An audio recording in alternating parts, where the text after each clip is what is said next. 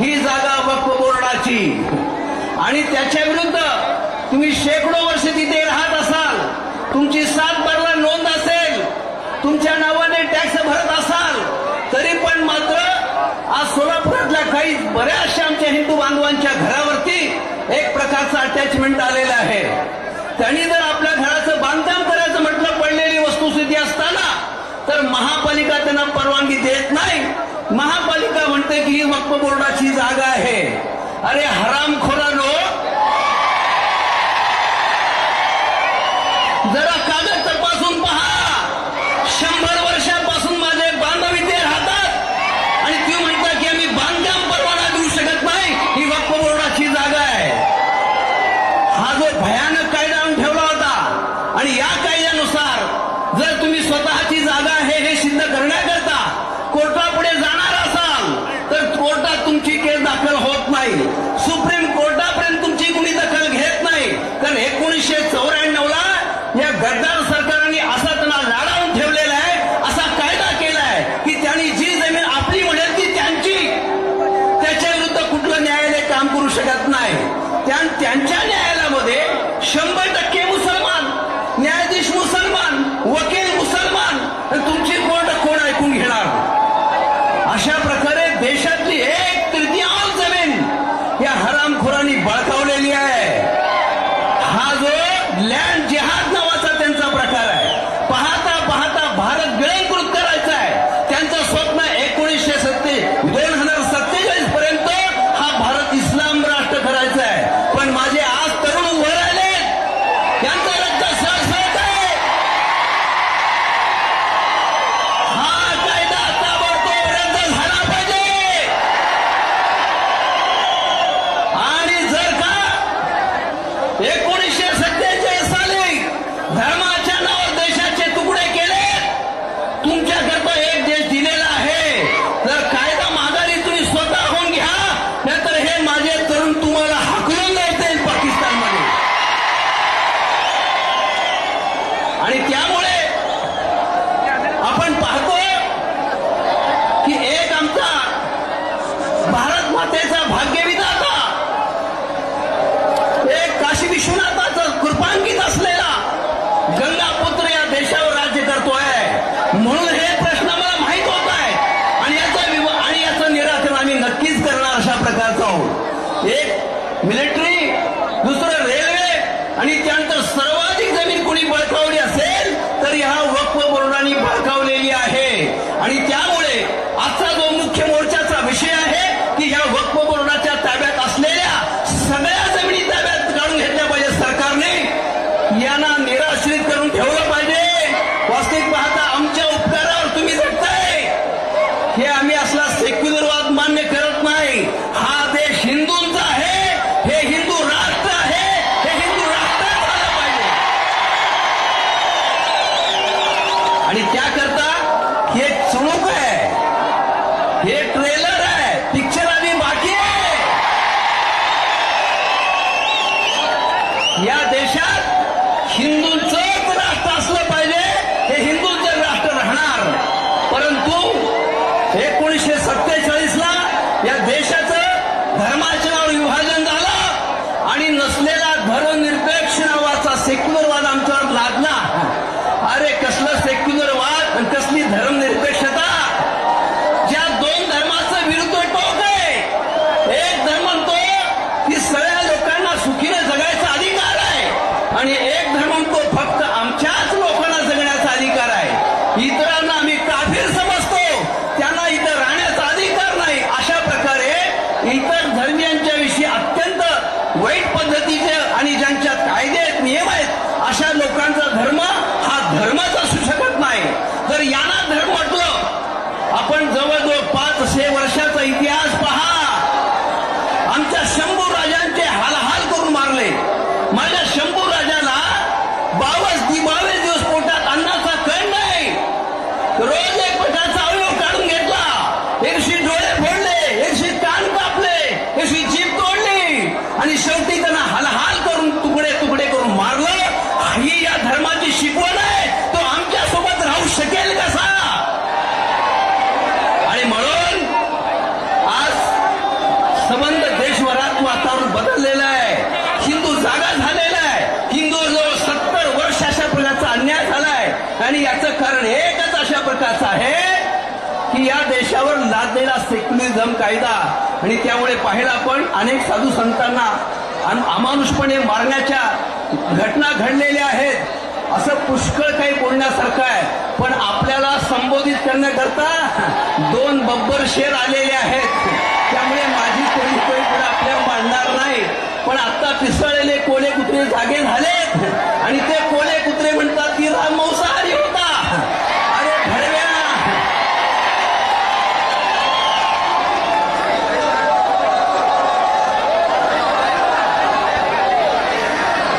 आता तुझ्या बापाने कोले कुत्रे कापून खाल्ले असतील.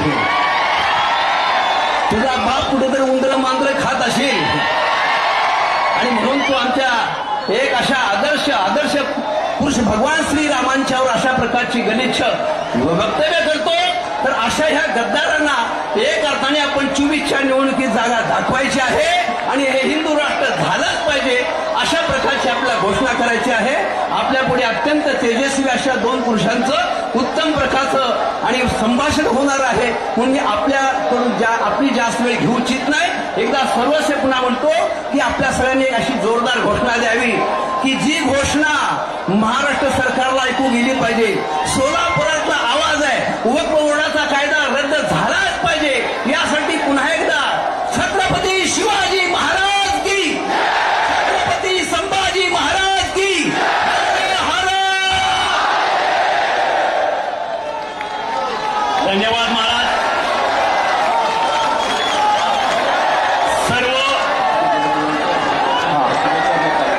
सर्व बांधवांना विनंती आहे, कृपया 2 मिनिट एक विनंती आहे आणि एकूण एक सूचना येते आहे. आपण कृपया ती जी काही मीडिया प्रेसचे लोक जे बसलेले आहेत कृपया त्याच्या बाजूला व्हावं. कृपया विनंती आहे तुम्हाला बाजूला व्हावं. आपण सगळेजण मान्य आपण हरमान भक्त आहोत पण याचा अर्थ आपण असं नाही करायचं आहे. त्यानंतर काशी पीठाचे जगद्गुरू आदरणीय महास्वामीजी यांचं आशीर्वचन होईल. आपल्याला विनंती आहे की आपण शांतपणे त्यांचं आशीर्वचन ऐकावं. आदरणीय स्वामीजी.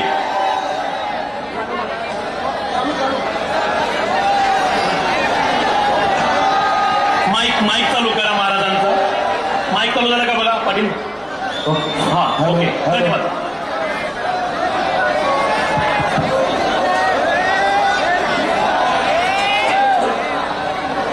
हॅलो. ओम नमो पंचजगद्गुरुभ्यो. पंचाश्रवणोद्भूतान् पंचतत्त्वादिनायकान् पंचकर्ममयानोमि पंचाचार्यान् जगद्गुरु विश्वेशलिंग संभूतं विश्वविद्याविभोदकं विश्ववंदं सदा वंदे विश्वाराध्यं जगद्गुरु. सर्व हिंदू समाजांच्या मोर्चाच्या वतीने आज इथं आपण हिंदू जनजागरण सभा सोलापूर वतीने आज इथं आयोजन केलेलं आहे. हा सभामध्ये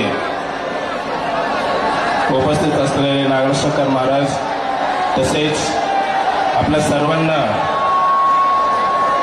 आवाज येईल आपल्या सर्वांना मार्गदर्शन करण्यासाठी हिंदुत्वाचे महत्त्व सांगण्यासाठी आलेले आपलं मान्य श्री राजासिंगजी ठाकूर सरजी व तसेच राणे साहेबजी व सर्व आयोजन केलेले आपल्या सर्व सदस्य मंडळी आणि सोलापूरचे तमाम हिंदू भगिनी बांधव.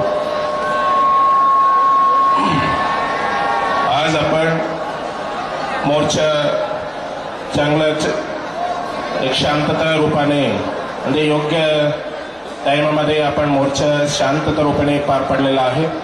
आणि असंच आपलं आज सभा सुद्धा आपलं सर्व मिळून म्हणजे शांतता रूपाने आपण व्यवस्थित रूपाने आपल्याला सभा घेऊन जायचं आहे.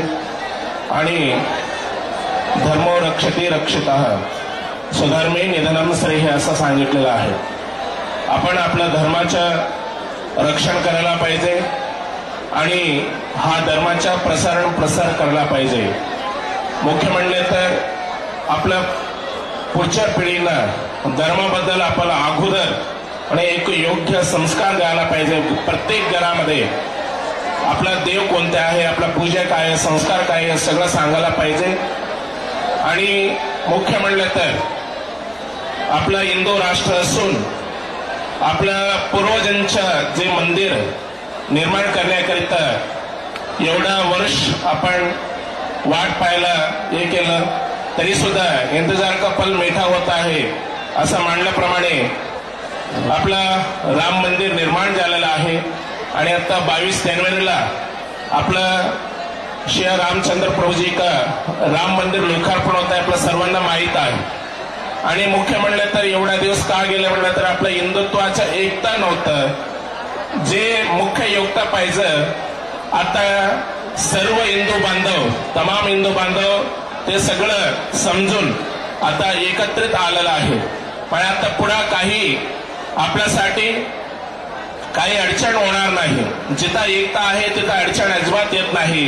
जिथं एकता कमी आहे तिथं अडचण पार येतील. त्यानिमित्ताने आपलं आता राजाभाऊ सिंगजीने आपल्या सर्वांना प्रबोधन करणार आहे. आणि त्यांच्यासारखा प्रत्येक युवा नेता पुढे यायला पाहिजे, आपल्या सर्वांना योग्य मार्गदर्शन द्यायला पाहिजे. म्हणजे आपण सर्व युवा लोक, मला काय मी घरात बसलं तर चालेल, माझ्या घर माझे एवढं बघत बसलं तर चालणार नाही. आपण आपल्या घरासाठी तर आहेच आहे, म्हणजे आपला देश टिकला तर आपलं घर आहे, आपलं गाव आहे. पण आपण देशासाठी, आपल्या धर्मासाठी पुढे यायला पाहिजे. जेव्हा गरज पडेल तेव्हा धर्माच्या रक्षणासाठी आपण पुढे यायला पाहिजे.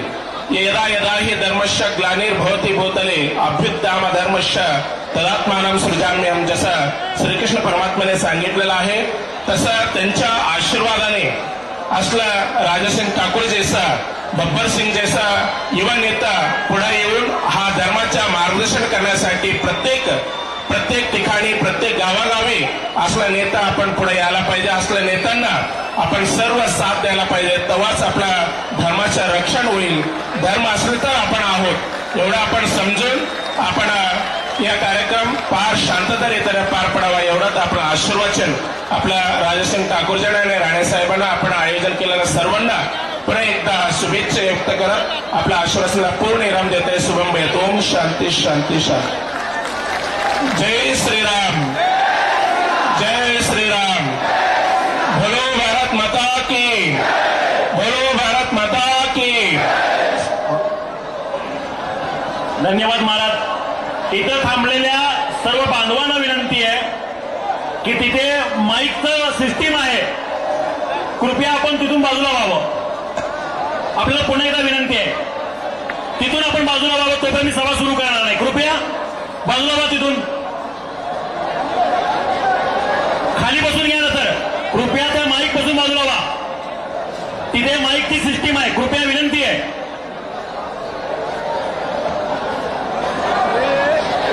आजच्या सभेला एक धार्मिक अनुष्ठान, एक ईश्वरी अनुष्ठान असावं, तोपर्यंत हे कार्य सिद्धीत जात नाही.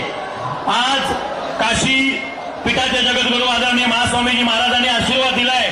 याचाच अर्थ ज्या विषयासाठी म्हणजे वक्फ बोर्ड कायदा रद्द व्हावा म्हणून जो मोर्चा काढला तो यशस्वी होणारच, यात तीळ मात्र शंका नाही. सियावर प्रभू रामचंद्र की, पवनपुत्र हनुमान की. इथे धक्काबुक्की करणारे कार्यकर्त्यांनो, आपण रामभक्त असाल आणि हिंदू असाल तर कृपया आपल्याला समजलं पाहिजे. आपण या सभेला गोंधळ घालायला आलात काय? कृपया बाजूला व्हा सगळेजण. महाराजांना जाण्यासाठी आपण मार्ग करून द्यावा, महाराजांना जाण्यासाठी आपण रस्ता करून द्यावा.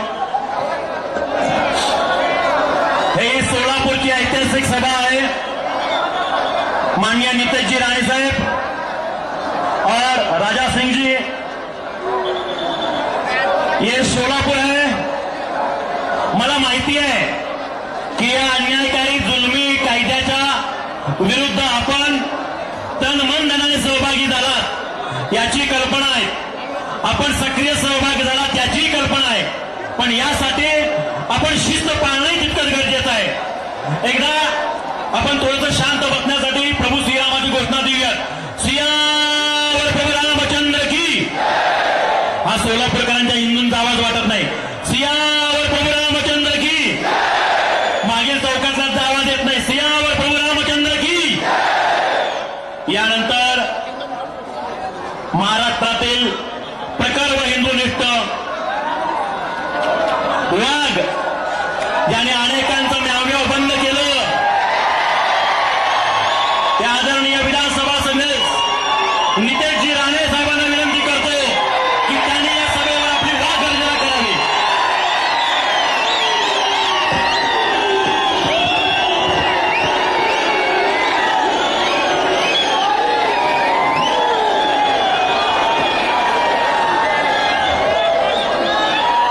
सोलापूरच्या आता बोलताना सगळ्या जणांनी गप्प बसायचं. काय गप्प बसणार की नाही? ऐकणार की नाही? मारायची की नाही जिहाद्यांची?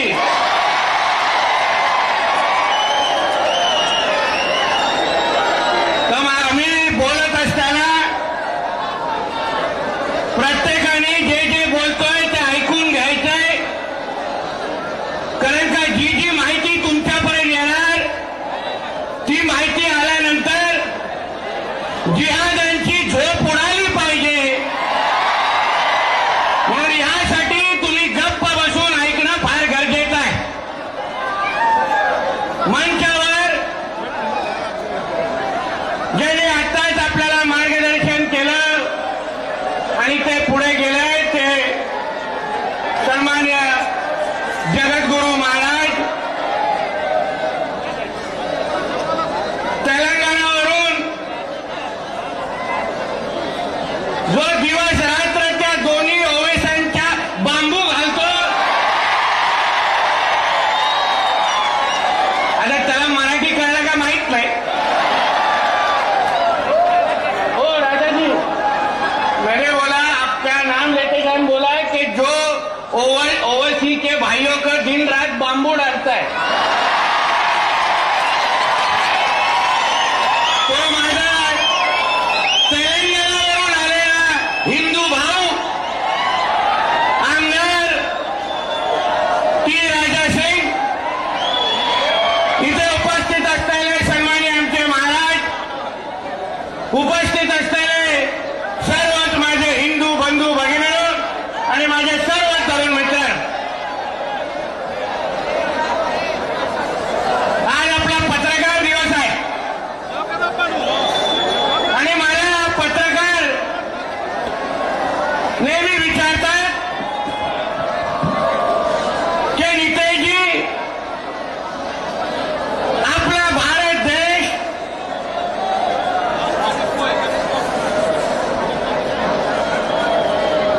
मी त्याच्यातला नाही या बोलताना बडबड ऐकणारा नाही.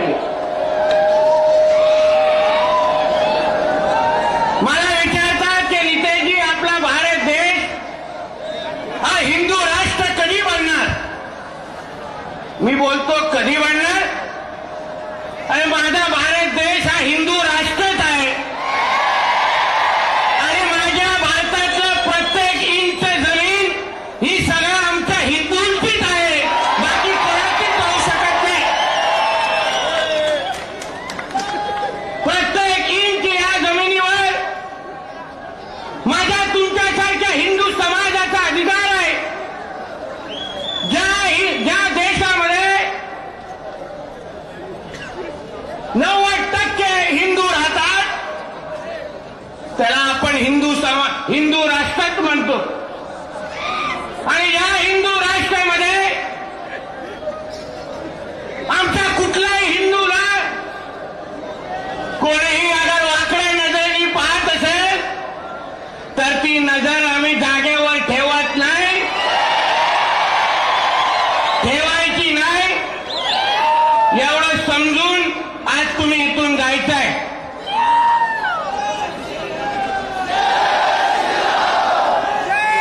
आज तुम्ही विचार करा, एवढे जेव्हा हिंदू जमले आपल्याला उभं राहण्यासाठी रस्ता कमी पडतोय. देशभरातले हिंदू अगर एकत्र येऊन अगर रस्त्यावर आले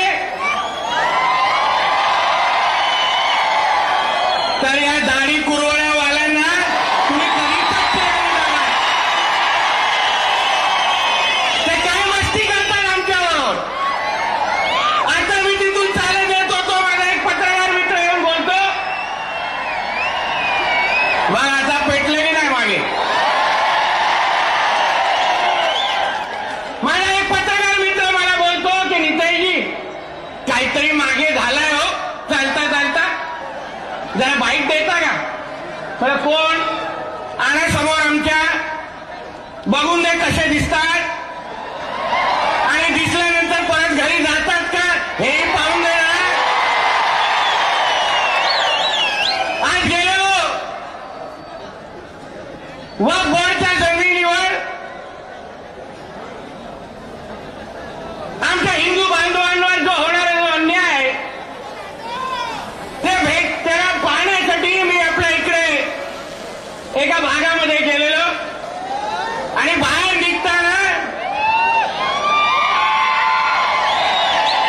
हे बाबा आता हे आता तू वरचं ते काय बंद कर, नाही तर मला भाषण डिस्टर्ब आता मला घरी घेऊन जायला लागेल.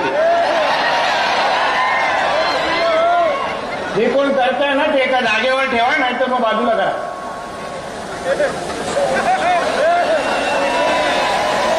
काय करायचंय? बंद करायचं.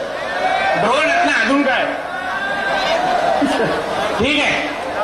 आणि बाहेर निघताना त्या नगरवरून असे 10-20 ते झाले जिहादी उभे होते. त्यांना मी सोलापूर मधल्या सगळ्या या जिहाद्यांना सांगेन, या हिरव्या सापांना सांगेन, आमच्या नादी लागू नका. त्याच्यातले नाही आहोत आम्ही. तुम्ही आमच्या कुठल्याही हिंदू समाजाच्या कोणाकडे यापुढे कुठलाही अन्याय कराल तर आज तर फक्त दोघं सभेच्या निमित्ताने आलेलो आहे. उद्या न सांगता सोलापूरमध्ये येऊ आणि मग घेऊन जाऊ आपल्या बरोबर कुठेतरी. कोण आम्हाला काही करू शकत नाही, काही करू शकत नाही. कारण का हे हिंदू राष्ट्र आहे, इकडच्या जमिनीवर आमचा अधिकार आहे. कसला तो वक्फ बोर्डचा कायदा? कोण मानतो तो कायदा? ऐकून घ्या रे, काय झालंय? आवाज येत नाही, इथून पण आवाज येत नाही.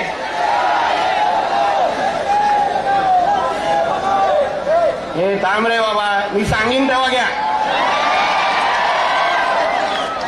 कार्यक्रम अटळ आहे पण सांगीन तेव्हा द्या.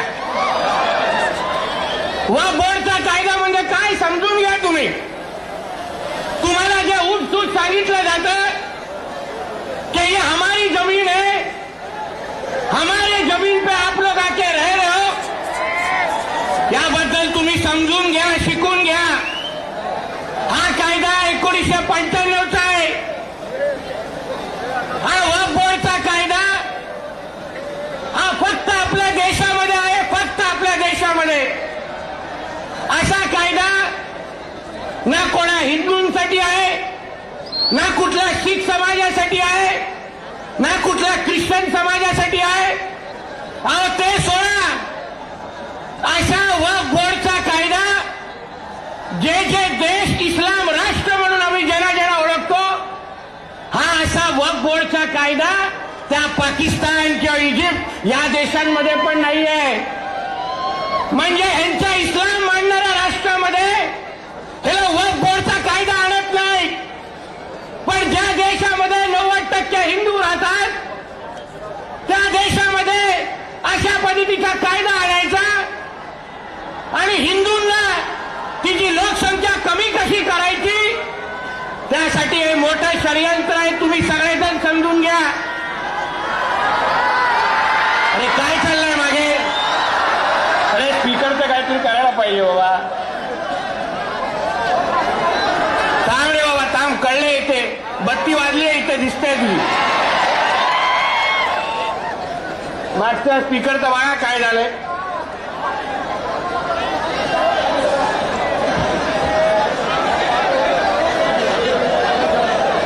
काय अडचण आहे का? तुझंच चालत नाही. अरे आवाज येत नाही का?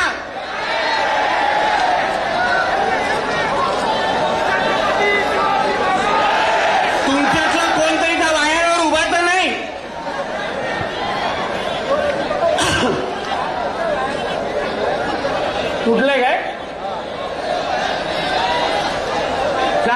सुरू ठेवायचं.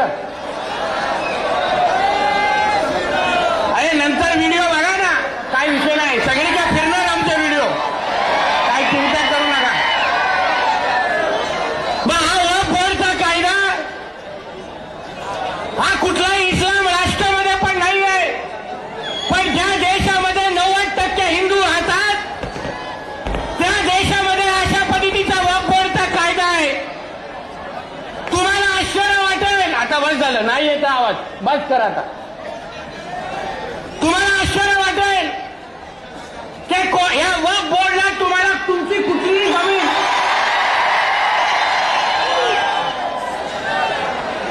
आला का रे बाबा, ठोकायचं ना अजून. हा वक्फ बोर्डचा कायदा,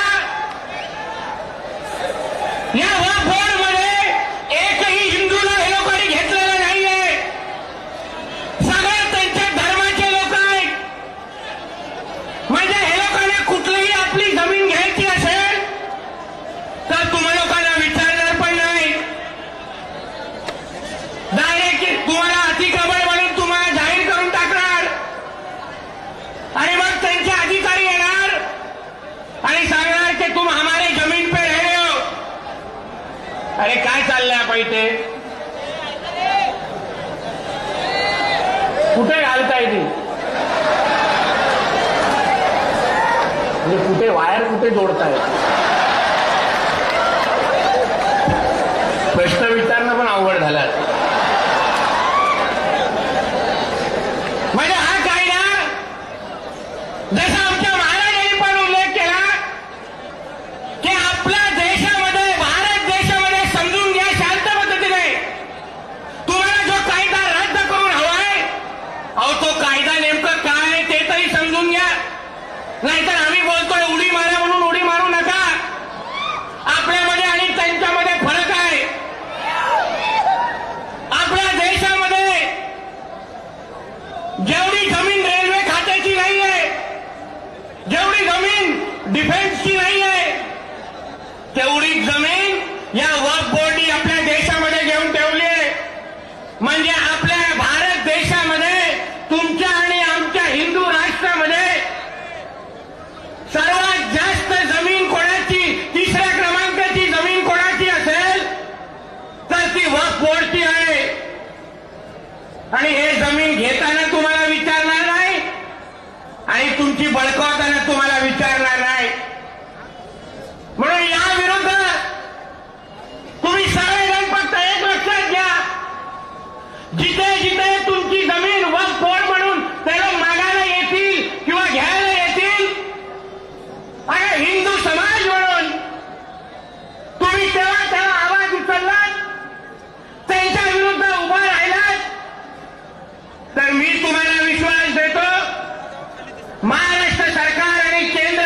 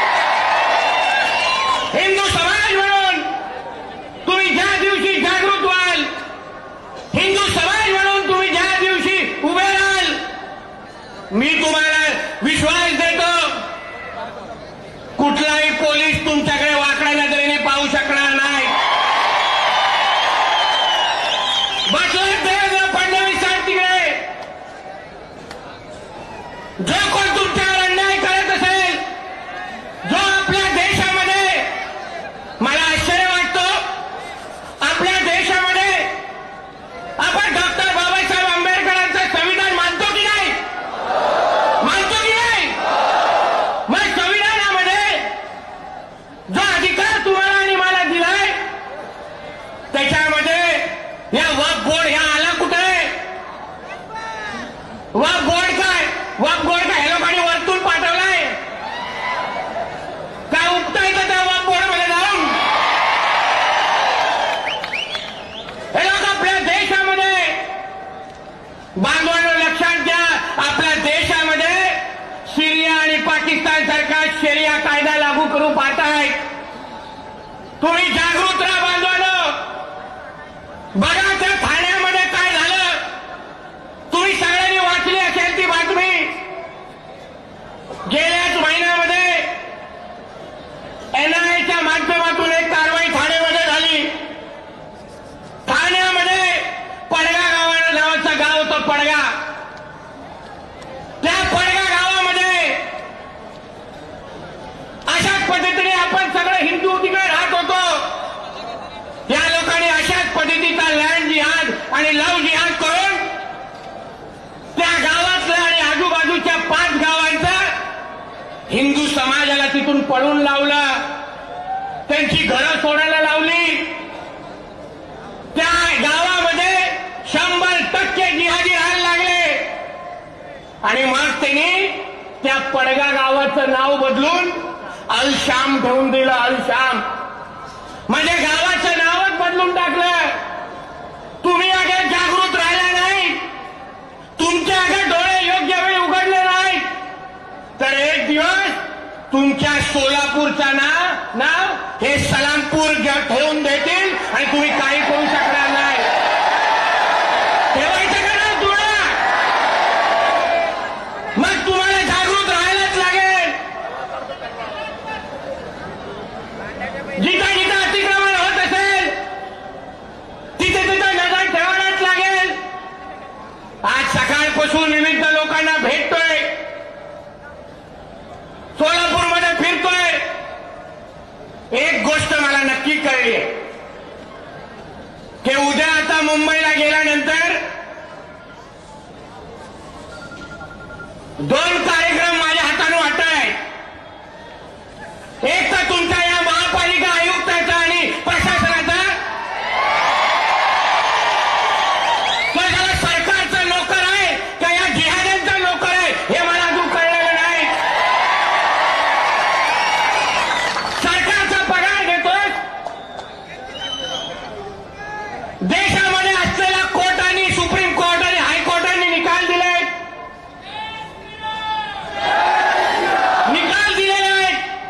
की ही आज असलेली मस्जिद अनधिकृत आहे, हे काढून टाका असे ऑर्डर आलेले आहेत. आम्ही अधिकृत गोष्टींना हटवा बोलत नाही, अधिकृत गोष्टीला हटवत बोलत नाही. पण जे अनधिकृत आहेत, जे चुकीच्या पद्धतीने बांधलेले आहेत, ज्याच्या विरुद्ध कोर्टाचा निकाल आलाय, ते हटवण्यासाठी पण या आयुक्ताला अगर मोहरत बाळायला लागत असेल तर त्याला आता परत त्याच्या घरी पाठवण्याची वेळ आलेली आहे. तुला कोण वाचवायला येणार नाही. ते आम्ही बसलोय सरकारमध्ये आणि माझा तर स्ट्राईक रेट तुम्हाला माहिती आहे. आपल्या रेडारमध्ये कोण आला? मी प्रत्येक अधिवेशनामध्ये किमान 2 अधिकाऱ्यांना सस्पेंड करून घरी जातो. आणि तू अगर या अतिक्रमण हटवण्यामध्ये तुझ्यामध्ये दम नसेल तर बाकी तू माझ्यावर सोड. तो माजी गृह केंद्रीय मंत्री तुला नाही वाचवायला येणार, नाही वाचवायला येणार. ना त्याचा तो राहुल गांधी परत सत्तेत येत, ना हा सत्तेत येत. आमच्या देशामध्ये आदरणीय नरेंद्र मोदीजींचंच राज्य राहणार. आमच्या देशामध्ये भगवा धारेंचंच राज्य राहणार. आणि कुठल्याही अधिकाऱ्याला अगर आमच्या हिंदूंच्या विरुद्ध काम करायचं असेल तर पाकिस्तानमध्ये बदली मागून घ्या आणि इथून निघून जा. मी तुम्हालाही सांगतो, यापुढे हे लोकांनी अगर कुठलंही आपलं अतिक्रमण हटवलं नाही, नियमामध्ये बसलेलं अतिक्रमण हटवलं नाही लक्षात ठेवा आणि त्याच्यावर काम करा. आणि जी घोषणा अशी आहे, थांब रे बाबा, घोषणा अशी आहे की ह्यांचा आली तर आमचा बजरंग बली, ह्यांचा आली तर आमचा, ह्यांचा आली तर आमचा, ह्यांचा आली तर आमचं.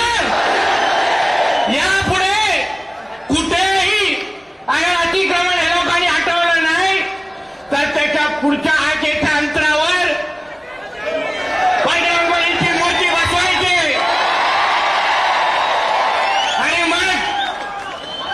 आणि मग त्या शाळे अधिकाऱ्याला सांगायचं, तुझ्या अगर ढोंगणात ताकद आहे ना,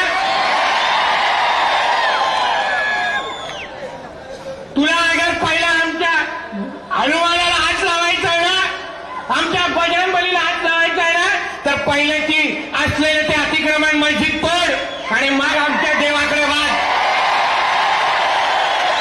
सोलापूर तुम्ही करणार की नाही? त्यांच्या आली आणि आमचा कोण? त्यांच्या आली आणि आमचा कोण?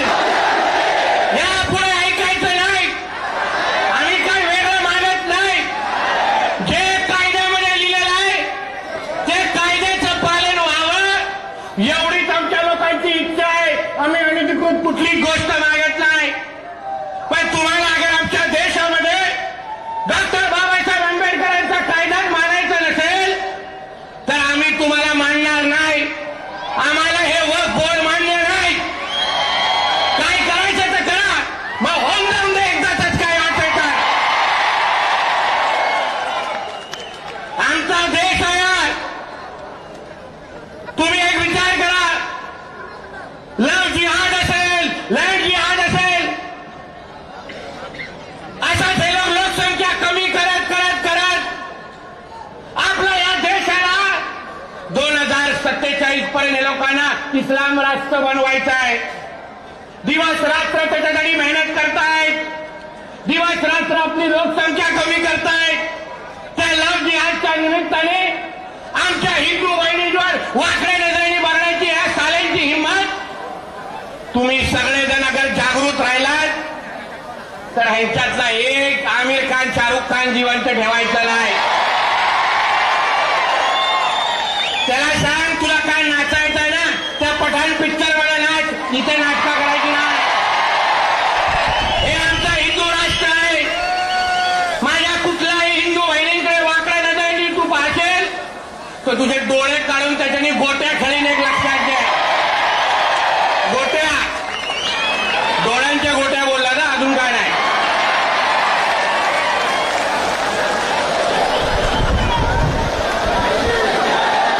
म्हणून बांधवांनो, एक लक्षात घ्या तुम्ही, आज जे जे काही चाललंय ना त्याला आजूबाजू बघा. कुठल्या पद्धतीने आपल्याला कमी करण्याचं षडयंत्र आहे. कसा आपला राम, प्रभू रामश्रीवर तो साला कोण रे, तो साला मुंबईचा जितोय ते काय स्टेटमेंट देऊन एवढं संरक्षण घेऊन फिरतो रे बाबा. एवढं तुला हिंमत आहे ना विचारण्याची का राम काय खातो? सोड ना तुझं संरक्षण. मग कोण कोणाची मग हड्डी चावतो मग बाय. तो आहे आणि तो आहे ना, तो हिरवा आबू आदमी वळवळतो झाला. तुझी काय लायकी दाखवली माहिती का विधानसभेमध्ये? या लोकांना मी तुम्हाला बोलतो, आपलं दुर्दैव आहे, खरंच आपलं दुर्दैव आहे. कधीही कुठल्याही या जितोदीनला मी सांगेन, तुझ्यामध्ये हिंमत आहे ना खरी? तुला मोठं भाषण द्यायचंय आणि मोठं व्याख्यान सांगायचंय तर सांग ना रे. तू प्रभू राम बद्दल बोलतात ना, हे खाल्लं ते घालतात, तुझ्या ढुंगण्यामध्ये खरंच अगर हिंमत असेल तर सांग कुराणमध्ये असं लिहिलंय. हा हिंमत तुझ्यामध्ये? जे काय प्रयोग करायचे ते आमच्या हिंदू देवी देवतांवर करतात.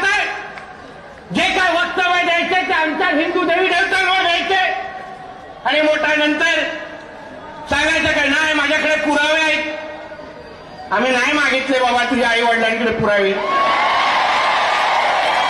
तू अगर आमच्या देवी देवतांकडे ते पुरावे देत असतील ना मग आम्हाला पण वेगळे पुरावे मागायला लागतील.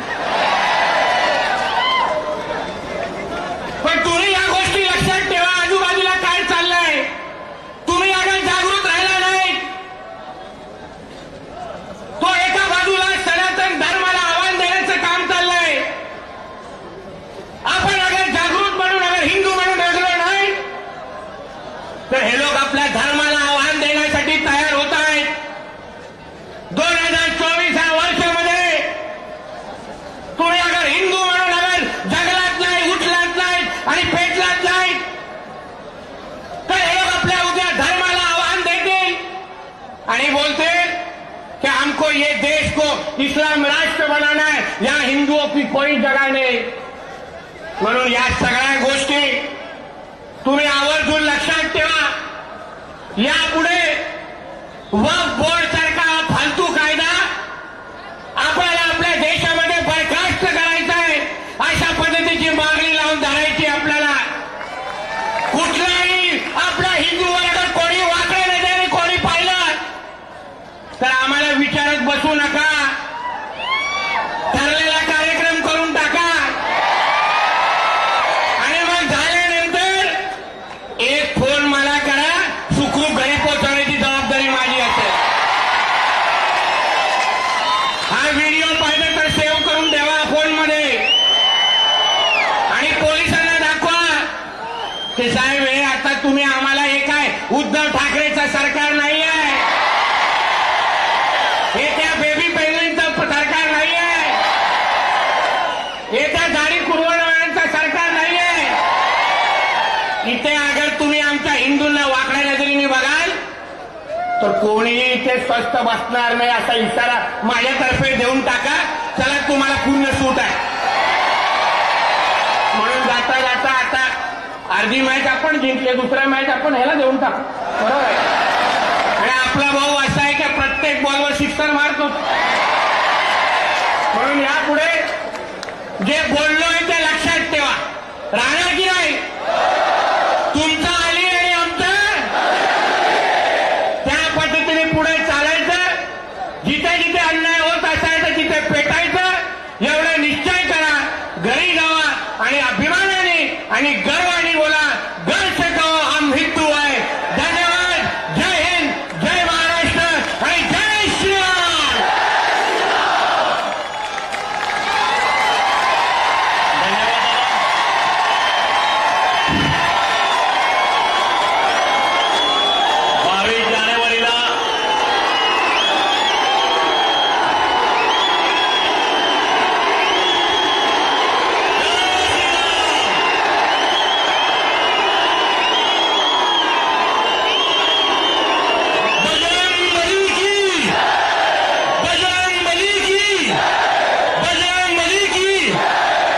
धन्यवाद.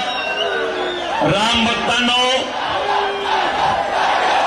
ज्यांची आता आपण आतुरतेने वाट बघतोय भाग्यनगरचे हिंदुस्थानच्या हिंदूंचा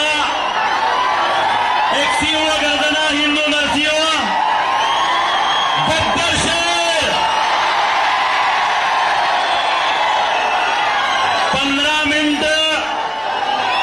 मिनिटं पोलीस हटवा म्हणून फुकटच्या गप्पा मारणाऱ्याला ज्यावेळी बब्बर शेर फक्त जागेवरनं उठला त्यावेळी आपल्या आईच्या पदराखाली ढसाढसी रडा लागला.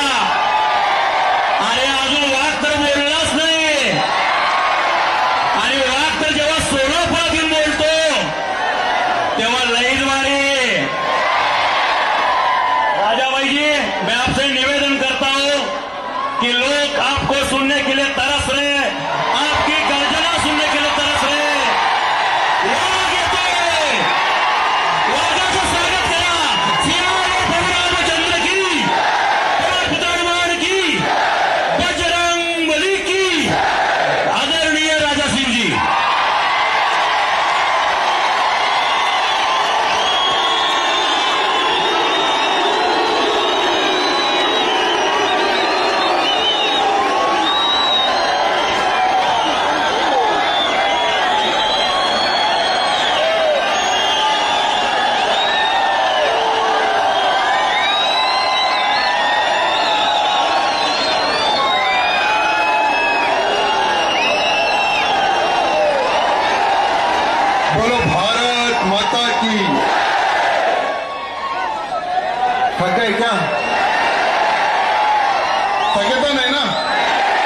फिर आवाज कम हो गई। बोलो भारत माता की, भारत माता की, छत्रपति शिवाजी महाराज की, संभाजी राजे की, जीजा माता की, जय श्री राम, जय श्री राम, जय श्री राम। आज आपके इस सोलापुर की पवित्र धरती पर दूसरी बार हिंदू जन आक्रोश मोर्चा, जो आपके सबके सहयोग से जो आज सफलता की ओर जो बढ़ रहा है, इस कार्यक्रम को सफल करने के लिए जितने भी मेरे नौजवान छत्रपति शिवाजी महाराज के मामले और हमारी माताएं बहनें इस कार्यक्रम को सफल बनाने के लिए आए हैं, मैं आप सबको हृदय से प्रणाम करता हूं, धन्यवाद प्रकट करता हूं। मित्रों, जब से मैं देख रहा था कि कार्यकर्ताओं में जोश है लेकिन होश नहीं है। कार्यकर्ताओं में बहुत जोश है। अगर मैं किसी पर्वत को बताऊं कि इस पर्वत को हटा दे, तो आप 2 सेकंड में उस पर्वत को हटा सकते हैं। उतनी शक्ति, उतना जोश आप सब में है, लेकिन अब हमें जोश से नहीं, होश और टेक्निकली हमें काम करना है। आज हम सबका एक लक्ष्य होना चाहिए कि हमारे भारत देश को एक अखंड हिंदू राष्ट्र हम कैसे घोषित करें, उस पर हमें विचार विमर्श करने की आज आवश्यकता है। हमारे इस महाराष्ट्र की पवित्र धरती पर जिस प्रकार से लव जिहाद, लैंड जिहाद, गौ हत्या एवं वक्फ बोर्ड का जो अत्याचार हमारे महाराष्ट्र में जो फैलते जा रहा है, इसको हम किस प्रकार से रोकें, उस विषय पर हमें विचार विमर्श करने की आज आवश्यकता है। मैंने देखा है, जब जब मैं सोलापुर की इस पवित्र धरती पर आता हूं, मुझे बहुत प्यार इन नौजवानों द्वारा मिलता है। बहुत ही अच्छा संगठन देखने को मिलता है इस क्षेत्र में। लेकिन जब हमारा कोई कार्यक्रम होता है, जब कोई सभा होती है, जब हम सभा करने के बाद में जब चले जाते हैं, उसके बाद में कार्यकर्ताओं का जो खून है, जो जोश है, वो ठंडा हो जाता है। क्यों? इस विषय पर आप लोगों को विचार विमर्श करने की आवश्यकता है। आज इस आक्रोश मोर्चे का एक ही एक उद्देश्य है, सोए हुए हिंदू को जगाने का। हमारा जो हिंदू है वो कुंभकर्ण बनते जा रहा है। कुंभकर्ण पता है कौन था?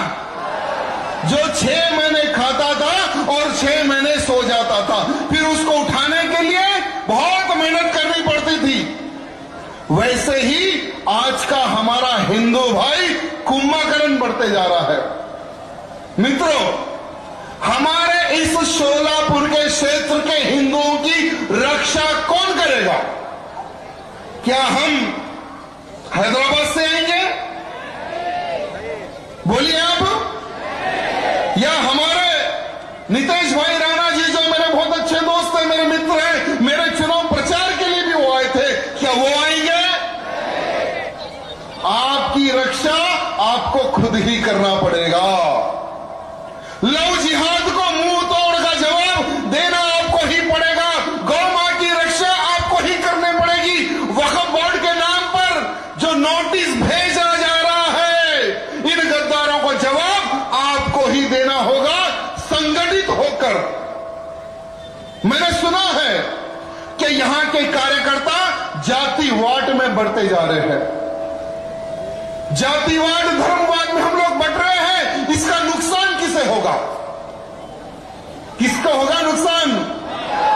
मैं लिंगायत हूं, मैं क्षत्रिय हूं, मैं गौड़ हूं, मैं मराठा हूं।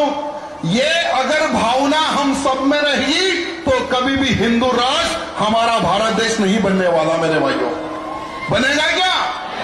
अगर कोई भी व्यक्ति अगर आपको पूछे कि तुम किस जाति को हो, तो तुम उसको कहना कि मेरी जाति हिंदू जाति है।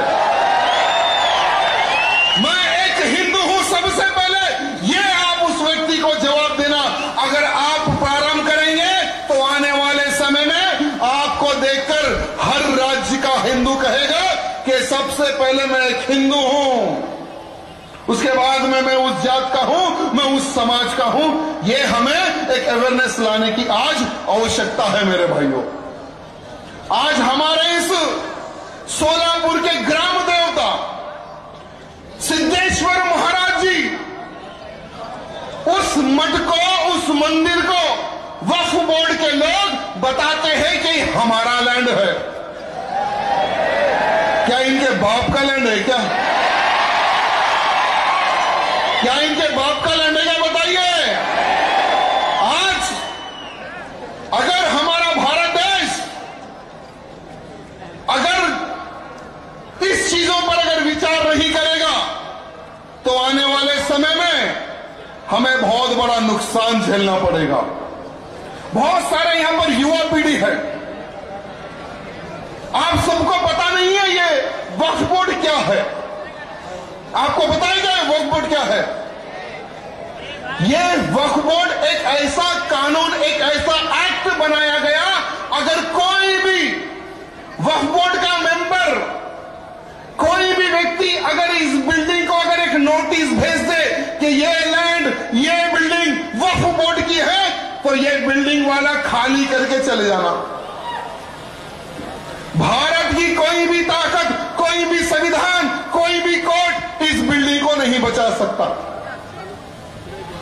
भारत देश के पहले प्रधानमंत्री हमारे चिच्चा नेहरू जी ने 1954 में इन जो पाकिस्तान के पहले प्रधानमंत्री थे लियाकत अली खान, दोनों की दोस्ती बहुत अच्छी थी। 1947 में हमारे भारत देश को आजादी मिली, पता है ना? भारत देश को आजादी कब मिली? 1947 में। 1947 में जब भारत देश को आजादी मिली, जब पहले प्रधानमंत्री हमारे चिच्चा नेहरू जी बने, तो हमारे चिच्चा नेहरू जी ने जो भारत के दो टुकड़े कर जो पाकिस्तान भाग गए मुसलमानों की जमीनों की रक्षा के लिए वक्फ बोर्ड का निर्माण किया गया, एक एक्ट बनाया गया। 1995 में उस एक्ट को इंप्लीमेंट किया गया और उस एक्ट में, उस वक्फ बोर्ड में ऐसी कमेटी बनाई गई जो सारे के सारे मुसलमान ही उस कमेटी में रह सकते हैं। उनका कोर्ट अलग, उनका कानून अलग, सब कुछ अलग। चंद वोट बैंक के खातिर, चंद वोटों के खातिर उन्होंने उस एक्ट को इंप्लीमेंट किया। आपको पता है मेरे मित्रों कि पूरे भारत में सबसे बड़ी जमीन, मैं आपको बताना चाहूंगा, 18 लाख एकड़ लैंड पूरे भारत में डिफेंस के पास है। 12 लाख एकड़ लैंड रेलवे के पास है। लेकिन तीसरी अगर सबसे बड़ी अगर किसी के पास जमीन है वो वक्फ बोर्ड के पास है। कितनी है पता है जमीन? 10 लाख एकड़ लैंड, यानी 10 लाख एकड़ लैंड पर इनका कब्जा है। और ये लैंड कहां से आया, इसके ऊपर भी चर्चा करने की आज आवश्यकता है। 13 साल में, यानी 2009 में इनके पास सिर्फ 4 लाख एकड़ जमीन थी और 2022 आते आते इनके पास 10 लाख एकड़ से बढ़कर हो गई जमीन। 10 लाख से 10 लाख एकड़ मजाक नहीं है मेरे भाइयों, बहुत बड़ी जमीन होती है 10 लाख एकड़। और इस वक्फ बोर्ड के पास किस किस क्षेत्र में कहां कहां पर कितनी कितनी जगह है वो भी मैं आपको बताना चाहूंगा। देश में वक्फ बोर्ड की खेती की जमीन 1,40,000 एकड़ पूरे देश में। देश में वक्फ बोर्ड की दरगाह, मजार, मकबरे की जमीन 33,000 एकड़। देश में वक्फ बोर्ड की जमीन, कब्रिस्तान की जमीन 1,50,000 एकड़ लैंड। देश में वक्फ बोर्ड का लैंड, जो दुकानें होती है ना इनकी, 1,06,801 दुकानें इनकी हैं। कितनी है? कितनी है? आप सोचिए, देश में वक्फ बोर्ड के जितने जो घर है ना, इनके कंट्रोलिंग में घर होते 90,000 घर है। देश में वक्फ बोर्ड की ईदगाह जो होती है ना, दरगाह और का, जो कुछ कपड़ा उपड़ा डाल लेके वहां बैठ जाते हैं, 9,100 इनके पास जो दरगाह टाइप की जमीनें हैं। तमिलनाडु में एक मंदिर है मेरे भाइयों, प्राचीन मंदिर तमिलनाडु में, जो कि 1500 सालों से वहां पर हिंदू पूजा करता है, 1500 सालों से। और ये लोग उस जमीन के ऊपर दावा ठोक देते हैं कि ये जो मंदिर है ये वक्फ बोर्ड का लैंड है। मंदिर में पूजा बंद है, मंदिर में ताले गिर गए। साथ ही साथ दिल्ली, आपको पता है ना,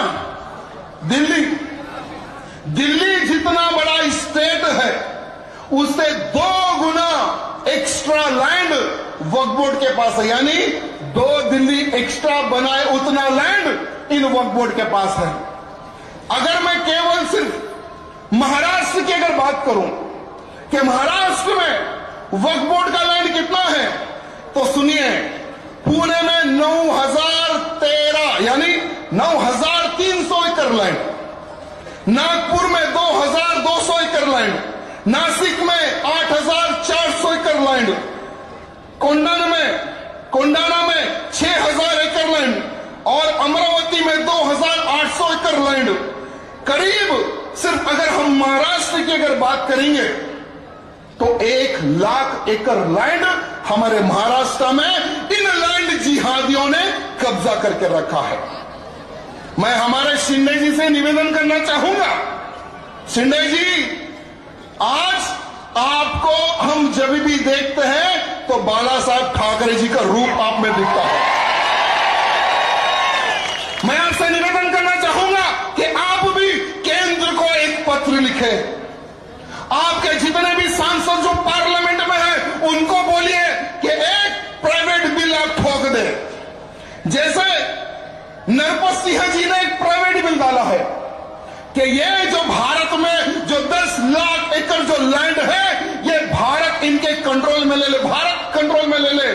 तो इसी प्रकार से भारत के जितने भी हिंदूवादी सांसद हैं उनसे मैं निवेदन करना चाहूंगा कि आप लोग भी एक प्राइवेट बिल फेंक दें। और केंद्र के हमारे प्रधानमंत्री मोदी जी है केंद्र में, और उनको सभी लोगों को यह निवेदन करना है कि ये 10 लाख एकड़ लैंड केंद्र अपने कंट्रोल में लेकर, जो पाकिस्तान से 15 लाख हिंदुओं को मार मार कर उनकी हत्या करके ट्रेनों में भरकर भारत भेजा गया, कश्मीर से काश्मीरी पंडितों को मार मार कर भगाया गया, आज भारत में यहां वहां पर बसे हुए हैं, उनके लिए प्रधानमंत्री आवास योजना के तहत घर बना के दे। जिन हिंदुओं को घर नहीं है उन हिंदुओं को घर बना के दे, कॉलेजेस बना के दे, हॉस्पिटल बना के दे, युवा पीढ़ी को स्पोर्ट्स के प्रति और जागरूकता पैदा करने के लिए बड़े बड़े स्टेडियम वहां पर बना के दे। ये हो सकता है ना? मोदी जी है तो सब मुमकिन है मेरे भाई, मोदी जी है तो सब मुमकिन है, और ये होने वाला है, समझ के चलो, इसको कोई रोक नहीं सकेगा। साथ ही साथ हमारा एक मित्र बता रहे थे कि हमारे सोलापुर में एक क्षेत्र है, लगभग 250 गरीब मकान है, वहां पर इन्होंने दावा ठोक दिया कि ये लैंड वक्फ बोर्ड का लैंड है। आज दर बदर वो लोग भटक रहे हैं, उन लोगों पर दबाव डाला जा रहा है कि आप लोग हमारा धर्म कबूल लो तो हम आपको यहां पर रहने देंगे, नहीं तो आपको रहने नहीं देंगे। हमारे सोलापुर बिल्कुल बाजू की है, एकदम बगल में ही है, जहां पर इन्होंने नोटिस भेजकर सभी हिंदुओं को परेशान नुकसान किया जा रहा है। साथ ही साथ हमारे पुणे में जो राजीव गांधी पार्क है 20 एकड़ का लैंड, लगभग 100 करोड़ रुपए का लैंड है, उसको इन्होंने वक्फ बोर्ड प्रॉपर्टी घोषित करने के लिए दबाव डालना स्टार्ट किया, उसको भी नोटिस भेज दिया है। जब पुणे की बात आई तो एक बहुत ही अफसोस घटना सुनने को मिली है। कल का मेरा प्रोग्राम था सासवाड़ा में, आज रात को मैं निकलने वाला था सासवाड़ा में, मुझे पता चला कि हमारे दोस्त की हत्या कर दी गई। जो शरद भाऊ जी है वो और मैं इसी प्रकार की एक धर्म सभा को हम लोगों ने संबोधित किया था शिरडी के श्रीरामपुर में। वो इंसान जो अपना पूरा जीवन देश के प्रति, धर्म के प्रति, गौ रक्षा में बिता दिया, वो इंसान जिसने जेल में एक आतंकवादी को उसकी सबक सिखाकर उसको वहीं पर 72 हुरों के पास पहुंचा दिया था, वो हमारे शरद भाऊ को धोखे से, हमारे ही कुछ चमचों को, हमारे कुछ गद्दारों को खरीद कर उनका कल मर्डर कर दिया गया।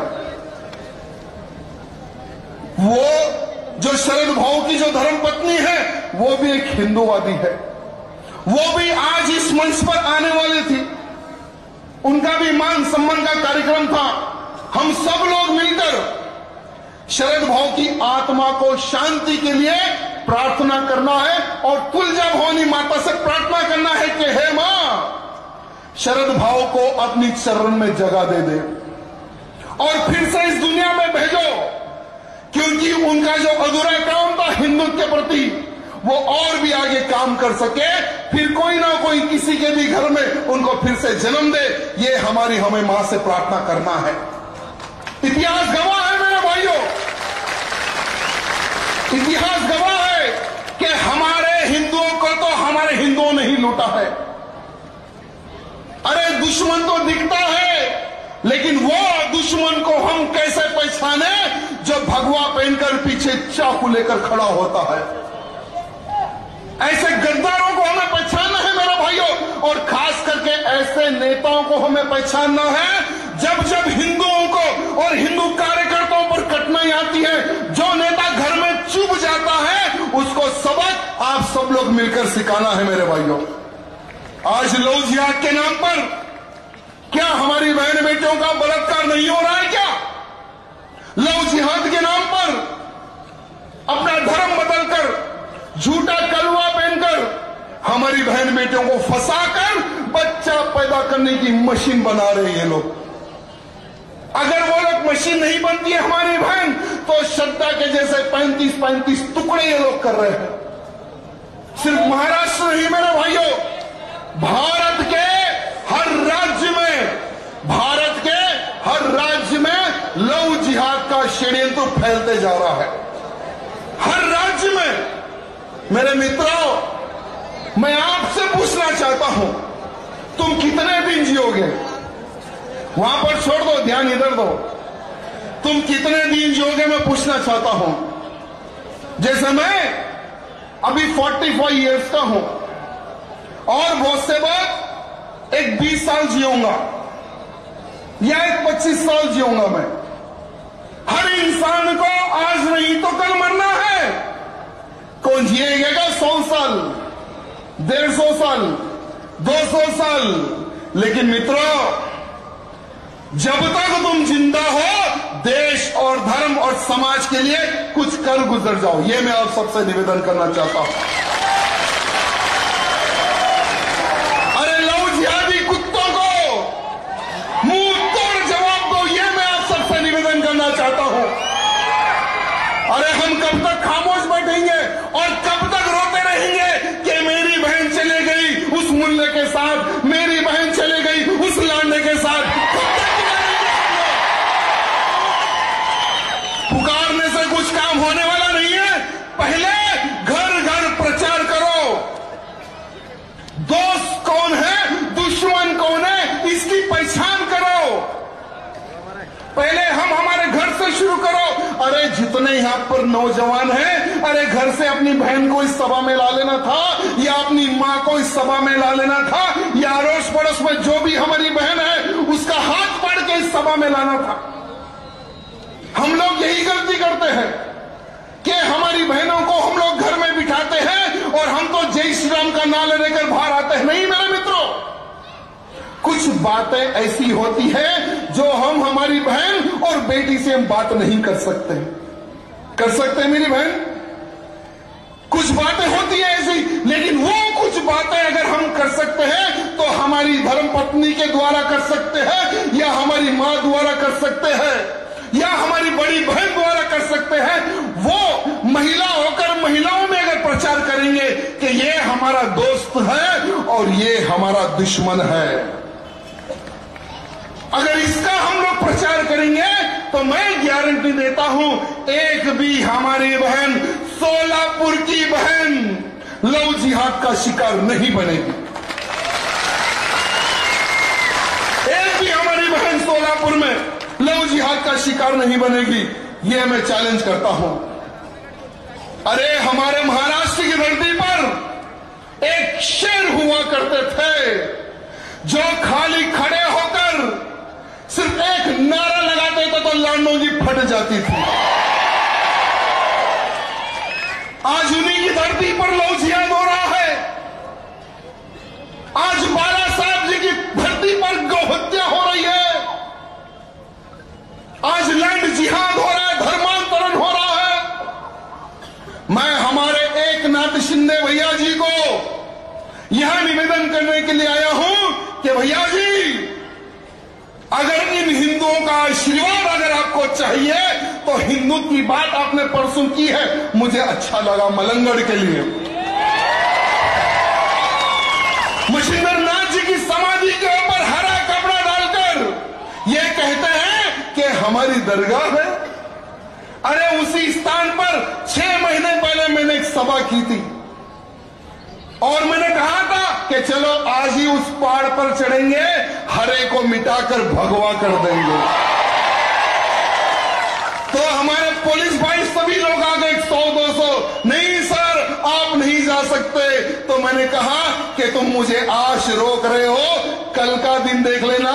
आज ये मेरे अकेले की आवाज है, आने वाले समय में पूरे महाराष्ट्र के हिंदुओं की आवाज होगी। और वही मलंगड़ के ऊपर जो मच्छिंद्र नाथ जी की समाधि है, मुख्यमंत्री जी ने बहुत अच्छी बात कही है, इसके लिए मैं उनको धन्यवाद प्रकट करता हूं। और हमारे मुख्यमंत्री से निवेदन करना चाहूंगा कि मुख्यमंत्री जी, इन लांडों के वोटों के चक्कर में मत जाइए। अरे आपका जो समय है ना, वो समय खर्च गौ मांस खाने वालों के पीछे ना दे, गौ रक्षा करने वालों के पीछे आप समय दे। मैं देखता हूं कि भारत की कौन सी ताकत होगी जो आपको हरा सकेगी। कोई आपको नहीं हरा सकेगा। और महाराष्ट्र का इतिहास है, महाराष्ट्र का एक इतिहास है जो हिंदुत्व की बात करता है, उसको ऊपर उठाकर रखता है। यह महाराष्ट्र का हिंदू है। शिंदे जी से निवेदन करना चाहूंगा कि भारत के हर वो हिंदू आज आपके तरफ देख रहा है, योगी आदित्यनाथ जी की तरफ देख रहा है और प्रधानमंत्री मोदी जी की तरफ देख रहा है। हमारे शिंदे जी से निवेदन करना चाहूंगा कि महीने या 2 महीने 6 महीने में एक बार हमारे योगी जी के पास जाकर चाय पर चर्चा करके आ जाइए। योगी जी किस प्रकार से बुलडोजर चढ़वाते हैं इन लव जिहादों पर, ऐसे कुछ बुलडोजर आपको भी महाराष्ट्र के हर जिले में खरीद के रखना है आपको। या नहीं तो जहां जहां पर आपके आमदार है या खासदार है, सबको एक एक बुलडोजर गिफ्ट दे दो। जहां कहीं भी लैंड जिहाद होता है, जहां कहीं भी लव जिहाद होता है, जहां कहीं भी गौ माता की हत्या होती है, उस आमदार और उस खासदार को जेल में ऑर्डर दे देना कि बेटा चढ़ जा लेकर बुलडोजर। फिर देखिए कि कहां पर कौन गौ माता को काटेगा। काटेगा क्या?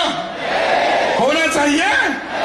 या सिर्फ राजा सिंह की आवाज है या महाराष्ट्र के हर नौजवान की आवाज है? आप बताओ मेरे को। आप चाहते हो ना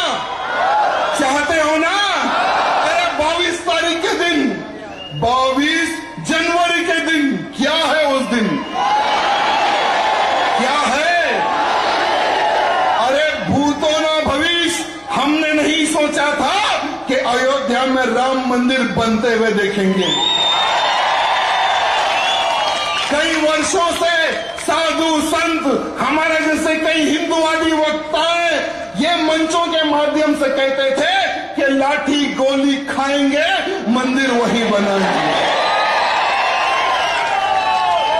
अरे 500 सालों का संघर्ष, 500 सालों का संघर्ष जो राम भक्तों का रहा, आज आसमान को छूने वाला भव्य राम मंदिर अयोध्या में बन रहा है। और 22 तारीख के दिन, 22 तारीख के दिन उस मंदिर का, राम मंदिर का उद्घाटन धूमधाम से होने वाला है। मेरे मित्रों, आप सबके पास अक्षताएं नहीं है।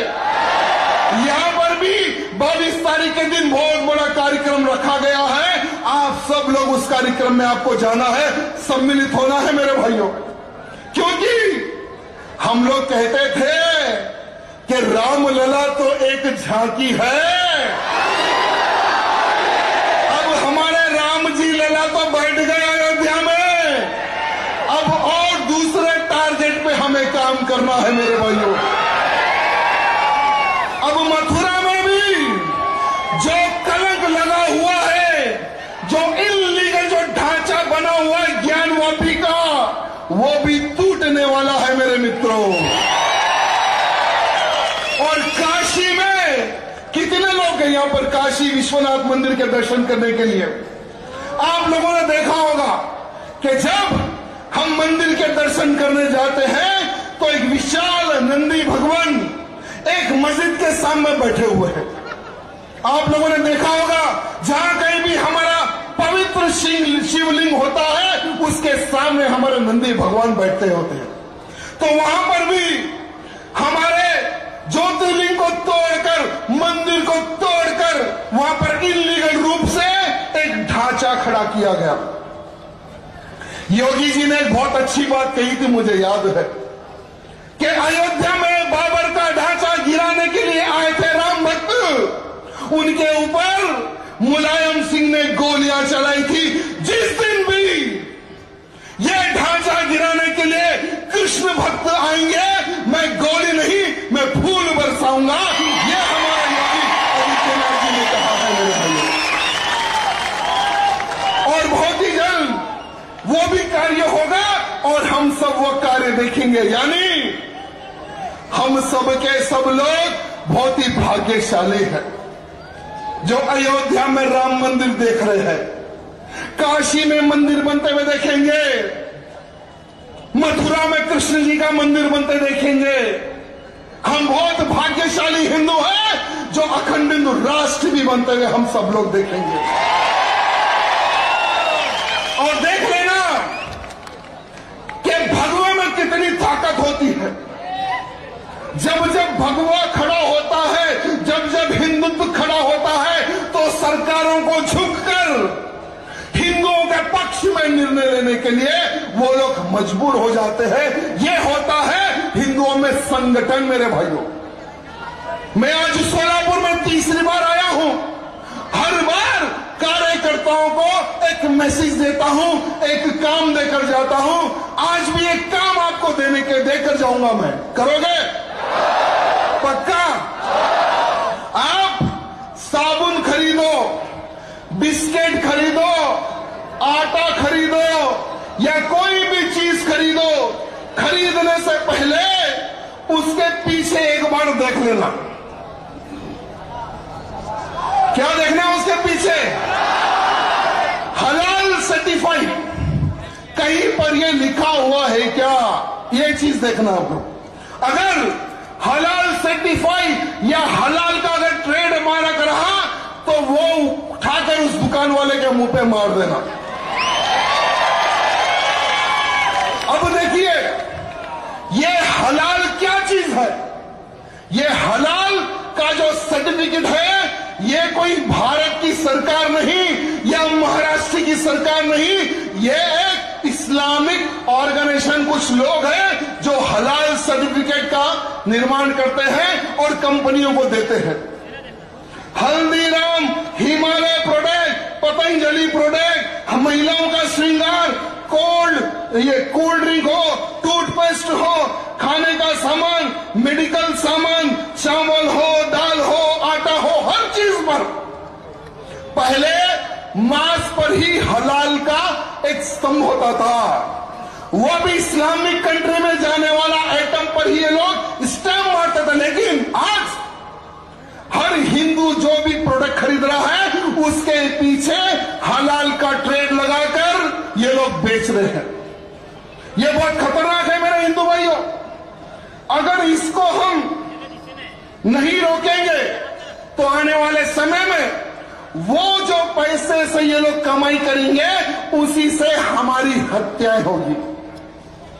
यूपी में एक कमलेश तिवारी नाम का एक हिंदूवादी नेता था, उसकी गला काट कर हत्या की गई इन लांडों द्वारा, मार दिया गया उसको। यूपी का और एक देशभक्त चंदन गुप्ता, दिल्ली का अंकित तिवारी, इनकी भी हत्याएं हो गई। जो हत्या जिन्होंने किया है उनको फाइनेंशियली, फिजिकली यही लोग एडवोकेट खड़ा करके उनके बिल के पैसे लोग देते हैं। भारत में लव जिहाद जैसे संगठनों को बाइक का पैसा देते हैं, पेट्रोल का पैसा देते हैं, उनको अच्छे कपड़े खरीदने के लिए यही सर्टिफिकेट से पैसे कमाने वाले लोग देते हैं। मेरे भाइयों, आपको पता है कि ये कौन से नाम पर ये लोग सर्टिफिकेट देते हैं? जमीयत उलेमा हिंद, जमीयत उलेमा महाराष्ट्र, इस पर ध्यान देना मेरे भाइयों।